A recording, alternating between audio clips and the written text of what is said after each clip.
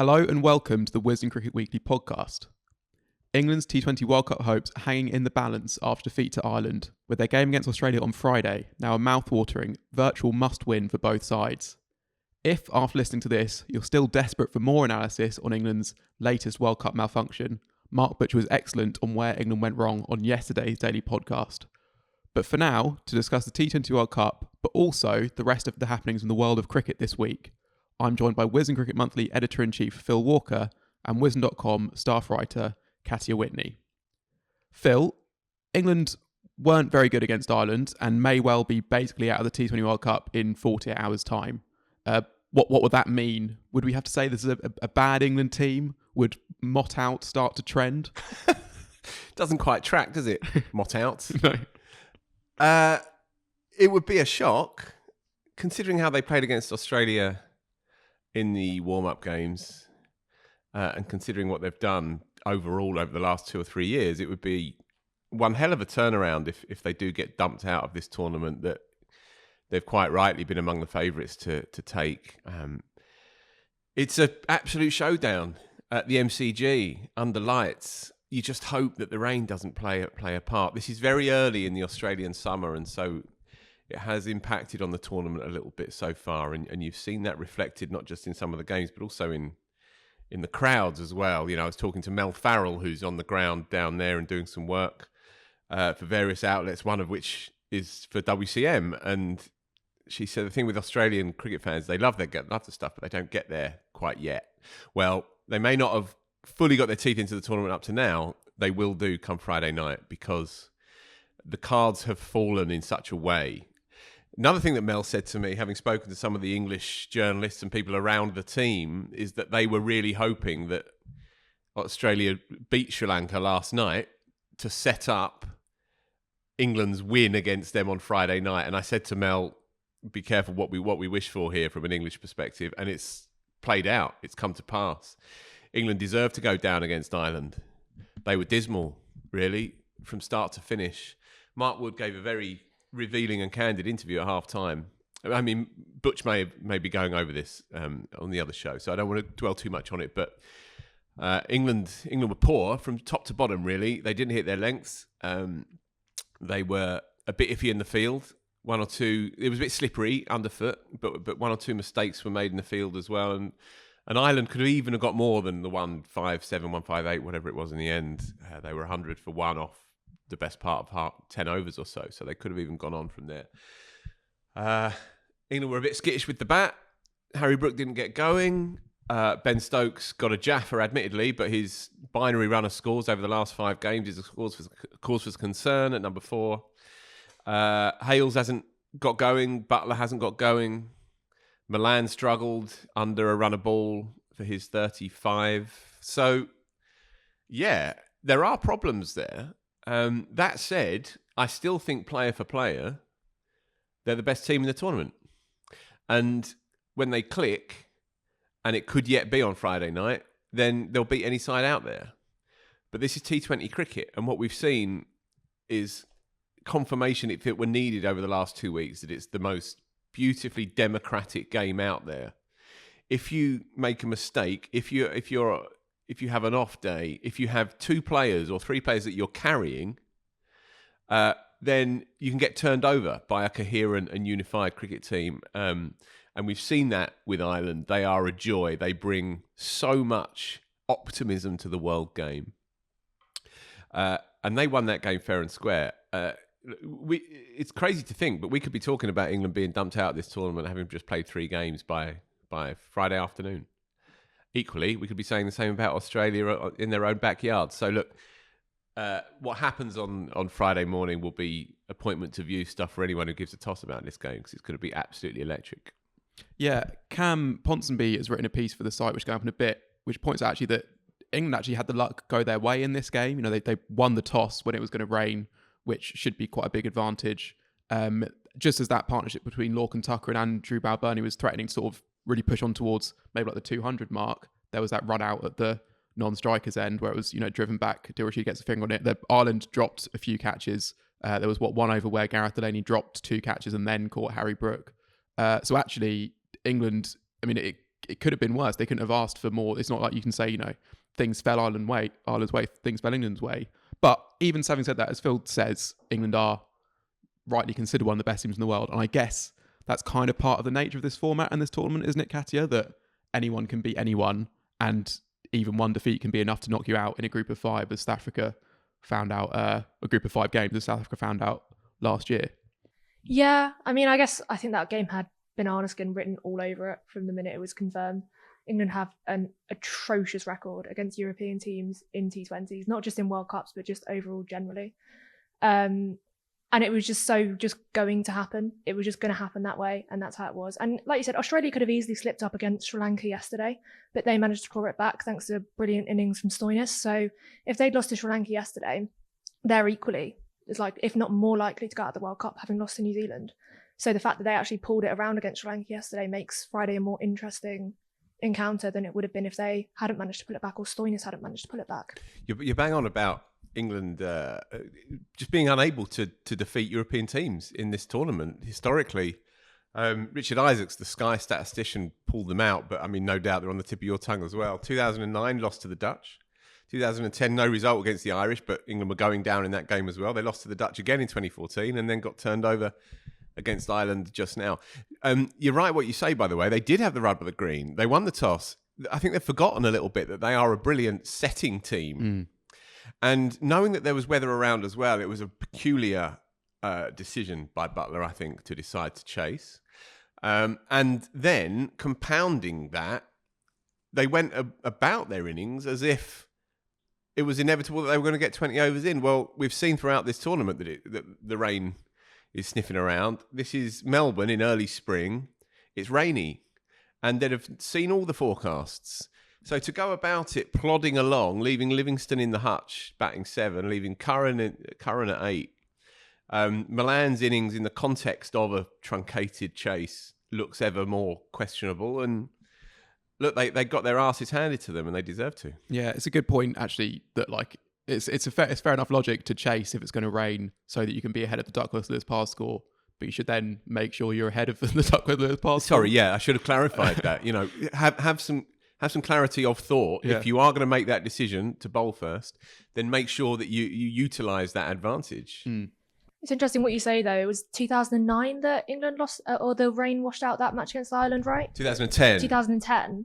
And it's nice that the rain has now redressed the balance a little bit, because I was going to say Ireland were going to win that match. Yeah. Again, Butch may well be talking about this, but just a word as well on Ireland's new ball attack. Absolutely brilliant stuff to see. Now, Josh Little, he's in my fantasy team, by the way. I'm not doing very well, but he's in my fantasy team. Left arm seamer, cleaned up Buttler, nicked him off. One got big on Hales, got rid of him as well. The ball to get rid of Stokes from Finn Hand, ball of the tournament, or certainly one of the balls of the tournament, that would have bowled any person at any point in any format. Neil Harvey would have played down the wrong line against that. It was absolutely unplayable. Break back through the left-handers' defences, and they've got a really good varied attack. They've got a leggy in there as well. They've got a bit of strength as well, a bit of kind of seam bowling strength. McCarthy coming in towards the back end as well, bowling late 80s, heavy duty deliveries, and he was the one who got rid of Milan to confirm that they were ahead on Duckworth-Lewis. Really, really impressive. And Balbirnie as well, who speaks so brilliantly with such kind of quiet authority, doesn't he? And for him to strum 60 and 40, all their families were there as well. So look, it's just a very rousing story for the world game, I think. We've spoken about the associates before on this show, but they're a young side regenerating again, and it's just great to see, really, for the future of the game. What I found a little bit shocking, actually, was England have only played Ireland twice in T20s in a really, really long time. And Ireland aren't an associate nation. They're a full member nation. So, I don't know, I think there's something to be addressed there as well. Yeah, and it just adds more credence to what I think would be a good thing. Even if it is a slightly second string England side, that sort of 4-nation tournament every year would be just loads of fun, wouldn't it? Scotland, Ireland, England, the Netherlands, and England could then get a win over a European on the board.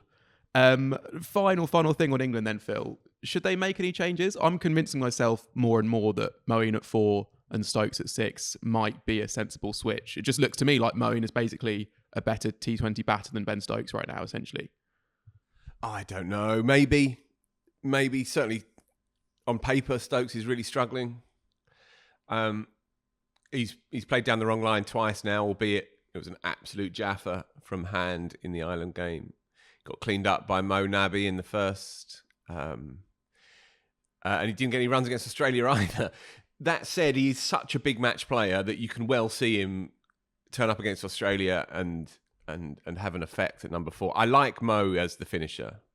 I think there's a lot to ask of Moeen if he's got 12, 13, 14 overs to play with.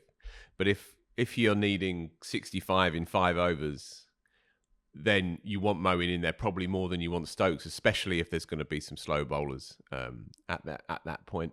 But you can argue the toss. And look, if it comes down to form, I think they'll be flexible anyway, right? You know, Buttler hasn't got going yet. If Buttler gets going and sets some sort of platform, and if they're into the second half of the innings and they're only 1 or 2 down, then I think you see Moeen anyway. I think the thinking with Stokes is that he can anchor the first half of the innings and then expand in the second. The problem is he's not getting in.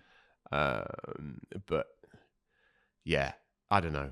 It's a very difficult one. Certainly having Livingston so far down the pipe in the game today was problematic. They should have showed a bit more imagination, I think. They should have recognised that things were getting out of hand and things were spiralling and that the rain clouds were gathering. I think against Australia, they'll have to think on their feet and address the situation as it plays out. You know, I think a good T20 side naturally does that. Katya, you touched on it already, but what's your moment of the week? Marcus Stoinis digging Australia out of a hole against Sri Lanka, or somewhat of a hole. Yeah, it was a brilliant innings, and it was made to look even more better by Aaron Finch not being able to hit off square at the other end. But yeah, brilliant innings. I think my favourite moment in that innings actually was the third umpire likening the boundary rope to a Toblerone. One of the finer bits of third umpire commentary that I've heard. Yeah, it's another bit of umpire lingo that they've brought into the game. You know, rock and roll this and Toblerones. They're leaving their mark on the game. It's lovely to see. Ridiculous. But lovely. I liked in that Stoinis innings. Firstly, I really like players are starting to more and more celebrate individual sixes, almost more than milestones. Like a player will smash a 6 and then it's like before it would be like you almost like try and look cool kind of thing. Whereas a player will like because they'll have it so consciously like I've got to hit a 6 this ball, I've got to take on this bowler, that when they do that, they recognise that is the big thing rather than, you know, knocking a single to get to your 50. So I think it was against Hasaranga, that second 6 he hit, he did it and then just a proper yell because he knew that was kind of the game one. And also it's a far cry from Jim Laker being handed his jumper and just strolling off after picking up 19 at Old Trafford. But yeah, I get what you're saying, and it sums up T20 cricket in that it's 120 events, isn't it? 120 individual moments per innings. You bang on, because Australia were favourites, but they were only just favourites. And Aaron Finch was playing one of the most peculiar, and that's being generous, innings that you'll see at that level. I mean, he could barely lay a bat on it and was getting increasingly exasperated. And Stoinis came in with the game kind of in the balance. And so they needed, and absolutely just walked away with it. It was an incredible knock. At that stage, they needed 9 and over, and they'd scored 4 off the previous 14 balls. So they were really bogged down at that point. And he's also, if I was to construct a cricketer, I think you'd have Faf du Plessis' triceps, but Marcus Stoinis' biceps. He's got a brilliant bicep vein. You have stirrings for Marcus Stoinis. Yeah, he's don't you, Ben? He's just got an excellent upper half, I think. There you have it. There's one piece of T20 World Cup fallout we should discuss, which is that West Indies head coach Phil Simmons has quit his role after his side were knocked out in the first round. He's not leaving straight away. I think he's going to remain in charge for the Test tour of Australia to sort of oversee a transitional period. And it's worth noting that West Indies' record in tests is superior to it in the white ball format. He described their elimination as heart-wrenching and unfathomable. But I guess, Phil, the sad thing is that this isn't really unfathomable anymore, is it? Exactly that. If you go into a tournament without an all-timer in Sunil Narine, without your most flamboyant, charismatic and match-winning batsman in Shimron Hetmeyer, and those decisions are met with a shrug by the chairman of selectors, Desmond Haynes. No Russell as well. Sorry, no Russell as well. Although there was a fitness cloud around Russell, but even so, he was still playing beforehand and looking in fine fettle. So you take those three players out, all three of them in CricViz's top 20, all current T20 players in the world, which appeared in the magazine last month. You take out those three players, and you turn up. You play the qualifiers, and they take one win from 3 games with a scratch side, and heart-wrenching or heart-rending is the right way to put it. But it's not unfathomable, as you quite rightly say. No team out there is inoculated from what would be described on paper as an upset, but increasingly they're not upsets. They're just good sides turning over demoralised sides. But the thing with the West Indies is that if they don't excel in 20-over cricket, if the extraordinary story of their history doesn't coalesce into being absolute guns at 20-over cricket in men's cricket, then what are they for? What function are they serving here? Nobody goes to watch 5-day cricket unless England are playing and they bring all their hordes over. If you're a West Indian cricket fan, then you look at T20 cricket for your modicum of comfort, right? And your little kernels of optimism for the future. And if you see that shambles turn up and besmirch the history of the shirt and the badge, then how can they possibly expect people to continue believing in this culture? That's how significant these kinds of results are, because it leaves you with nowhere to go. And it's heartbreaking for a neutral, but you imagine what it's like for a lifer, for a loyalist who has seen the West Indies undulate across the last 20 years, obviously fall away from their amazing position way back when. But at least there were these glimpses of a different kind of style of cricket, but still a kind of style that keeps them on the top table. And so what you saw there is more damaging than a standard 3-0 defeat in a test series in Australia. It's more damaging than being turned over in a test series in England. It goes right to the heart of what they mean in the modern game. And it's really, really difficult to see and to stomach. My heart goes out to Simmons, who's a good man and who did a decent job. My heart goes out to Jason Holder, who plays all the formats all the time and has given everything he's got. My heart goes out to Nicholas Pooran, right? Who's a young skipper trying to figure out how to realign this listing ship, denuded of 3 of his best players, arguably the 3 best players they've got. So yeah, pretty grim to say the least, really. And then with the next T20 World Cup being held in the West Indies and the USA, I guess if they do get their act together, that has the potential to be a special moment after a few years in the doldrums. But if not, and you get another early elimination, that could be a tough old tournament. Yeah, it's a really good point, actually. I didn't actually factor that in, but you're absolutely right. The pressure will be seriously on. It has echoes, actually, of the 2007 50-over World Cup. Lara's last run out for 18 in the last game. They broke the bank to set up those white elephant grounds in the outskirts of various states and regions, and then they couldn't really deliver on the pitch, and it felt like, again, the culture took a real pounding on the back of that. So yeah, look, that tournament looms immense in the eyes and in the lens of West Indian cricket fans and all of us, really. Well, this podcast comes out on a crucial day for the tournament, with India, Pakistan and South Africa all in action. So we won't get too much into the permutations, etc. of that group. And there's lots else from the world of cricket to talk about anyway. Not least, England have announced a squad to face Australia in 3 ODIs. Huge. This series begins 4 days after the T20 World Cup final. So perhaps it'll be a good thing if England don't make it. It's not part of the Cricket World Cup Super League. I'm not really sure why it's being played, to be honest, but it's happening, so let's talk about it. Katya, Jason Roy has been retained. James Vince has been recalled. There's quite a lot of older guys there. I think there's only 5 players under 30. What do you make of the squad? it's a bit weird.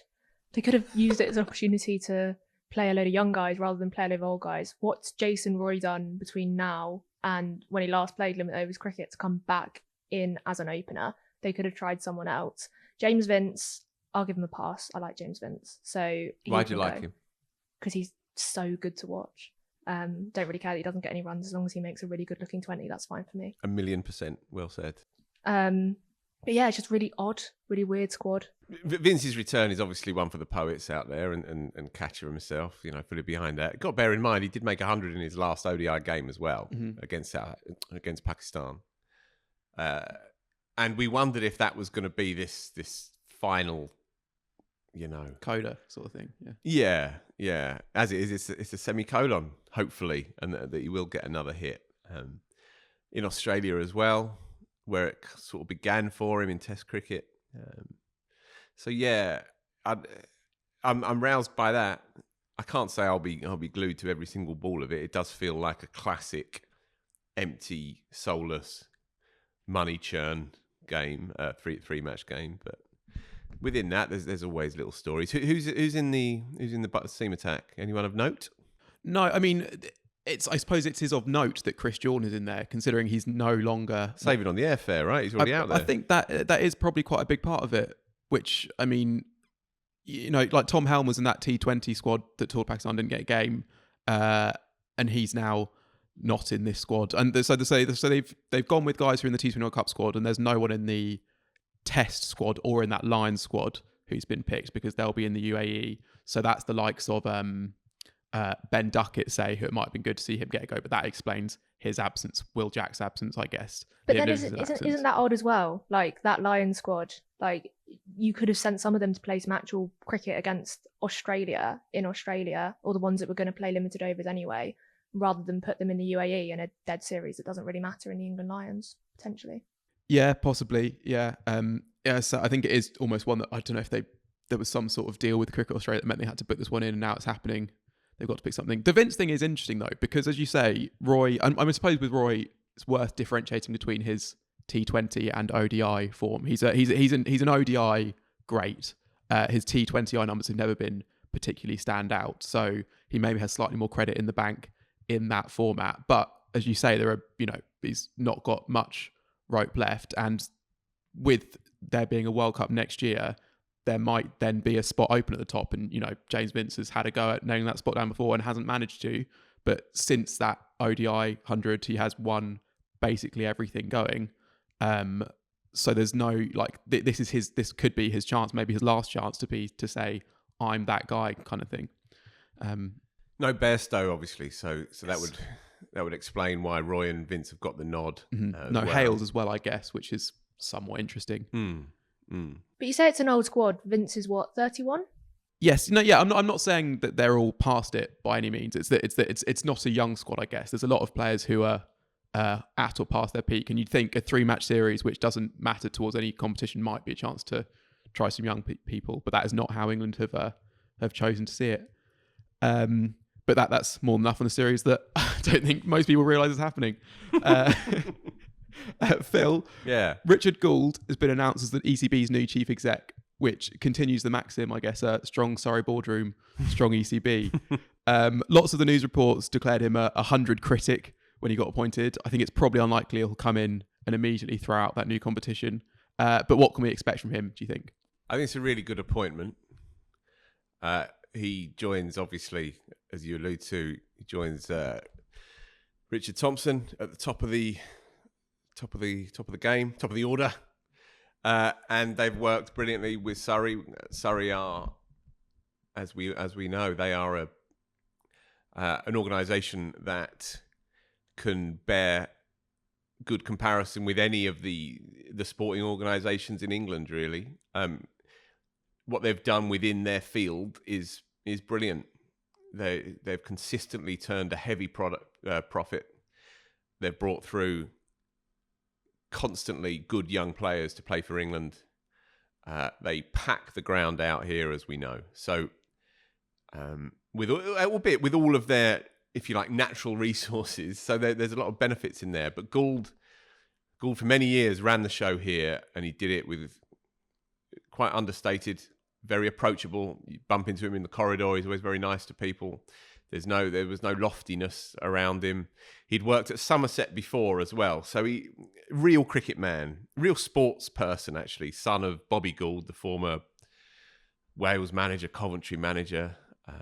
And so he worked at Somerset. As CEO, was headhunted, in effect, by Surrey. Did some good work, very good work here, as I say. And then went to Bristol City. I think it was Bristol City. He'll shoot me down if it was Rovers, but one of the Bristol clubs anyway. And he went there, I think, slightly peeved that he was overlooked come the shake-up for the ECB, for the different roles. And so I think he thought, okay, my work in cricket is probably done. Well, thankfully, he's been dragged back into this setup, and I think it's a good thing for the game. I spoke to somebody who's very high up at the ECB with insider knowledge of the organisation at board level in particular, and they said to me that whoever came in would be expected to take some really difficult, hard-nosed decisions because it's quite a bloated organisation, and there's some dead wood in there, according to this person I spoke to, and so some tough decisions will need to be taken. Well, Gould is nobody's fool, and he will have a pretty clear mind. I think he'll understand the brief, and he'll need a tough outer shell, and he'll need a tin hat as well. So he's a good man for this job, I think. The idea that he is like a 100 hater and will be fighting tooth and nail for those counties on the bottom of the rung, I think it's a bit more complex than that, or a bit more nuanced than that. I spoke to him before a ball had been bowled in the 100 and asked him about it and asked what impact it would have on the counties, especially on the lower rungs of the ladder. Now, you've got to bear in mind, he was wearing his Surrey hat. He wasn't wearing his ECB hat. He was wearing his Surrey hat when I spoke to him about this. And Surrey is a business in and of itself. But he said to me that 1.3 million annual payment to go to all the clubs, and which got the vote over the line, he described it to me as a stay of execution for loss-making counties. And he said that it's a 5-year buffer to get their houses in order. That's how he understood that payment, and that's how he understood the ECB's thinking. In an ideal world, everybody wants everybody to be happy and prosperous, and we can all move along with this 18-club model. But I don't think Gould is so... I don't think he's an ideologue necessarily for that. I think he's more pragmatic than that. As I say, he's run clubs that are big test match ground clubs, and he's run in Somerset a club that is a more provincial club as well.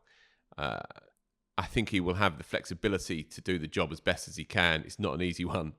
But if people are hoping that he will, I don't know, puncture the bubble of the 100, then they're going to be mistaken. Let's put it that way. But yeah, look, a good man doing a very difficult job, the right bloke for the job.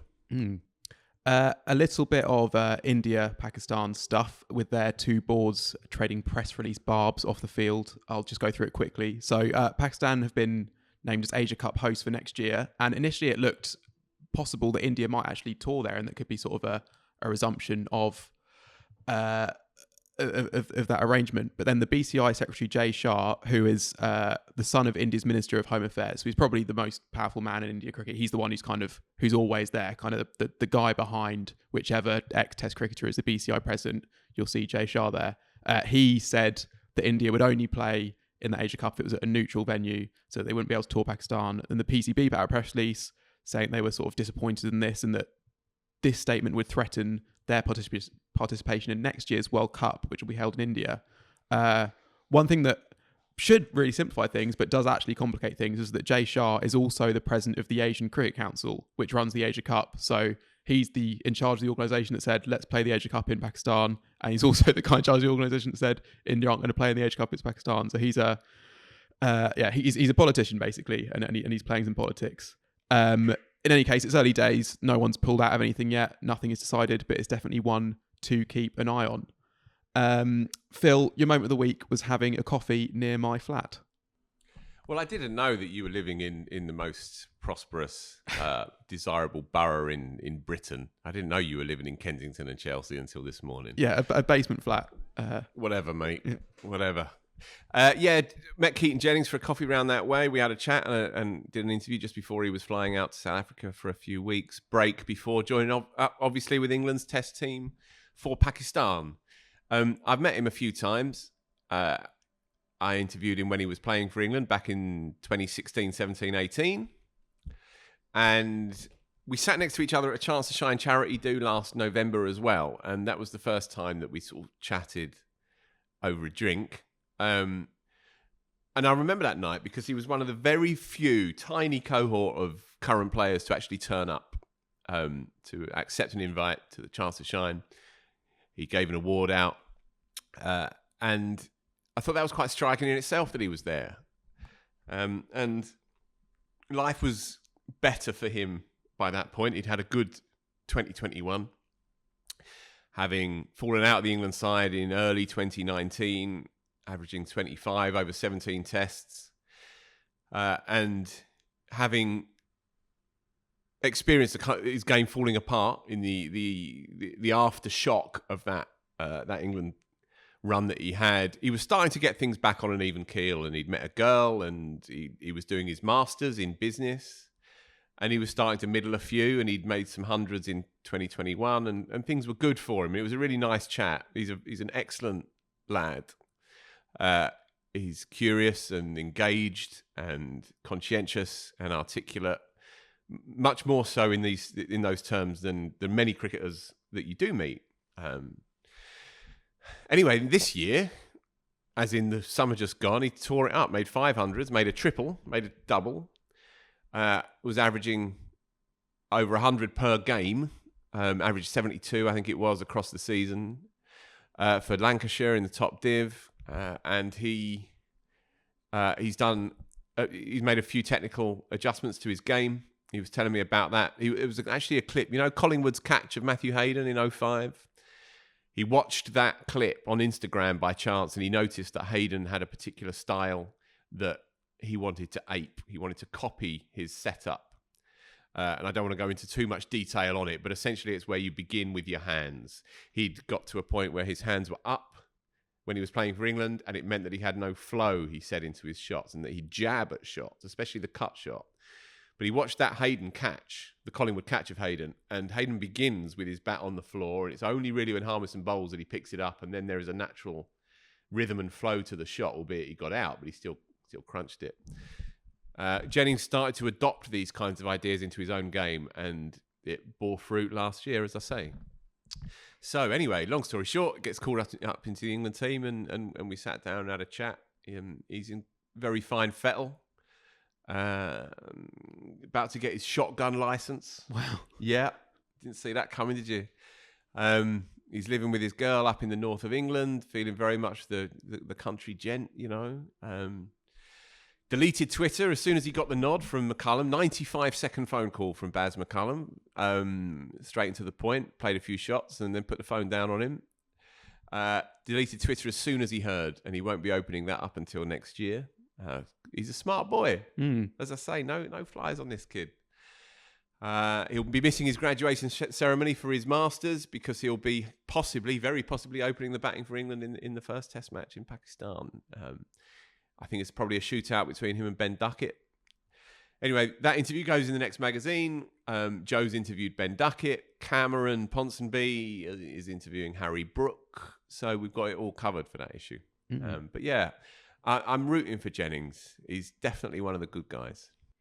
I'd love to hear a McCullum, you're on the plane phone call, because I imagine Jennings doesn't get a word in. It's sort of like, probably is that Keaton, and it's like, yeah, but it's hi, this is Baz, and then it's into the this is what I like, this is that would be great. Exactly. It is. I know we've talked about a bit on this show, but it's more about recent stuff. I find it odd, almost thinking about when he was first selected for England, because to me it felt like at the start of that summer in 2016, I don't know if people remember, he had a brilliant summer, but he still wasn't selected originally because Duckett and Hamid had also had brilliant summers. And those two, it felt, were kind of more earmarked as guys who might go on to great things, whereas Jennings was guy who had reached a run of form that we didn't realise he was capable of and had a brilliant summer kind of thing. and then he has, like, obviously through peaks and troughs sustained it, which I think that was almost surprising. Like when he came into the team and then came out again, it was like, okay, that's what's happened. This guy's had, a great 18 months, but he is the level below, and it seems like that might not be the case considering how regularly he is able to get up to that level again. So it'll be really interesting to see what happens with that first Test 11. A bit of county news. Chris Rushworth, the leading wicket taker in Durham's history. He's left Durham, hasn't he? He has, yeah. It was an odd... he's gone to Warwickshire. It was a bit odd because Durham put out a release saying that it was for personal reasons, and then a few days later it just said Rushworth signed for Warwickshire. So I don't know if the personal reasons were just that he personally felt he wanted to earn a bit more money at a bigger club, or if there is something else going on there.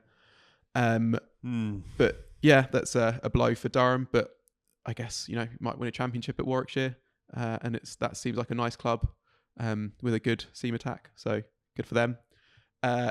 Cheshire Pujara has re-signed for Sussex, and Leicestershire, this is a big huge. one. This is huge. They are reportedly on the verge of signing Ajinkya Rahane, according to the Telegraph, which is a massive coup. I guess that's the payoff from them hosting India for that sort of weird tour game earlier this year. I think it's a good idea, just going to a multi-millionaire and saying, look, do us a favour, come and have a hit in England. It's nice, you're not doing much. Let's not worry too much about the money, and hopefully you get him on a good day. And fair play to him, Rahane. He said, yeah, I fancy that. They did it with Sehwag towards the back end of Sehwag's career, but he was still making good runs, and they got him in as an opening bat. So it's a very smart move, and obviously with a very strong Asian population community within and around Leicester, it's a very smart move by the club. They continue to do good and imaginative things, Leicestershire, don't they? And hopefully it can pay off for them. Yeah, like you said with the Brendan McCullum phone call, I would love to have been a fly on the wall for the conversation with Ajinkya Rahane when they got him to come to Leicestershire. Yeah, it's I guess one of the things I wonder if this does play into it is I think that I'd hope that India selectors would realise this, but a lot of people say on Indian cricket Twitter, for example, they don't really realise the difference between, and also even in the Indian media, the difference between Division 1 and Division 2. So when Pujara was racking up those hundreds earlier this year, and we kind of knew that some of these hundreds, that the attacks weren't of the best quality, and it probably didn't mean that much about his ability to face down, James Anson or whoever else in a test match, but it was sort of like, Pujara's got 300 in the Captain Championship, so he's got to play that first test kind of thing. And if Rahane's sort of fighting for his test career at the moment, that could be the same sort of impact. Who knows? Finally, Phil, there's an exciting new thing in the magazine that you would like our listeners to get involved with. Oh yeah, so we've compiled a Wisden coaching team. Now, let me not forget anybody's names. There's one or two more to add to the list as well. But we've got the likes of Alex Tudor, Mark Ramprakash, Ollie Pope, Tash Farrant, Lydia Greenway, John Simpson, the brilliant keeper at Middlesex, and Toby Radford as well, world-respected, renowned batting expert. And we've twisted all of their collective arms to become a part of our WCM coaching roster. And the idea is over the next few months, we will be encouraging readers and listeners to write into editorial@wisden.com, or send a tweet or an Instagram, or do a TikTok. I don't know what you call it. Don't laugh at me. It's my birthday today. You didn't even mention it earlier. And any problems you got out there, any issues you've got out there, any queries regarding technique, regarding your own game, any trade secrets. Matt Parkinson was the name I missed. Matt Parkinson. So we've got all the disciplines covered. Whatever your needs are for your own game, or your brother's game, or your kid's game, or your dad's game, send them in. We want to have a constant dialogue, and we will make your game better with the help of that crack team of coaching experts and current players. One or two more names to add to the list as well, all being well. So yeah, get your stuff in, please. Katya, have you got a technical issue you need sorted out cricket-wise? Just a bit rubbish, to be honest. If you can sort that one out. Well, you haven't seen him. It's all relative. Yeah. That's rude, Phil. Oh, come on, I Ben. shape up all right for someone who is... Who's never played it before. You do. You do, actually. Yeah. Third man is your area. I don't think so. Yeah. In the field, I am bad. That's true. Cricket ball's harder than people think. I think people underestimate the hardness of cricket balls at all levels. I've spoken to many county cricketers who have said, I spent my whole life being scared of it. And that's absolutely true. And that is the one thing, actually. Obviously, there's loads of difference between the amateur game and the professional game. But one thing, so what was the catch in the game yesterday? Maybe Warner smashed it to cover, possibly, or mid-wicket. Yeah, and the skipper caught it. And that's quite a routine catch in international cricket. And there is no way, like, the vast majority of club cricketers are taking that catch, in my opinion. Like, that's just it's just kind of beyond the realms of reaction speed to how fast that ball is going. And yet it's not even really commented on. Well, it's like when the ball goes into the crowd, you always watch it on TV, be like, yeah, I catch that. And then it comes to it and you're running out the way as quickly as possible as soon as it's coming towards you in the crowd. Yeah. Or there was one in the game yesterday where a guy sort of threw himself down about 3 rows to try and catch it, got nowhere near it, which is one of the fun things about the lack of crowds, as Phil alluded to earlier. Anyway, that's quite enough for today. Thanks everyone for listening. And if you did enjoy it, please leave a nice, maybe even a 5-star review on the app of your choice. Cheers.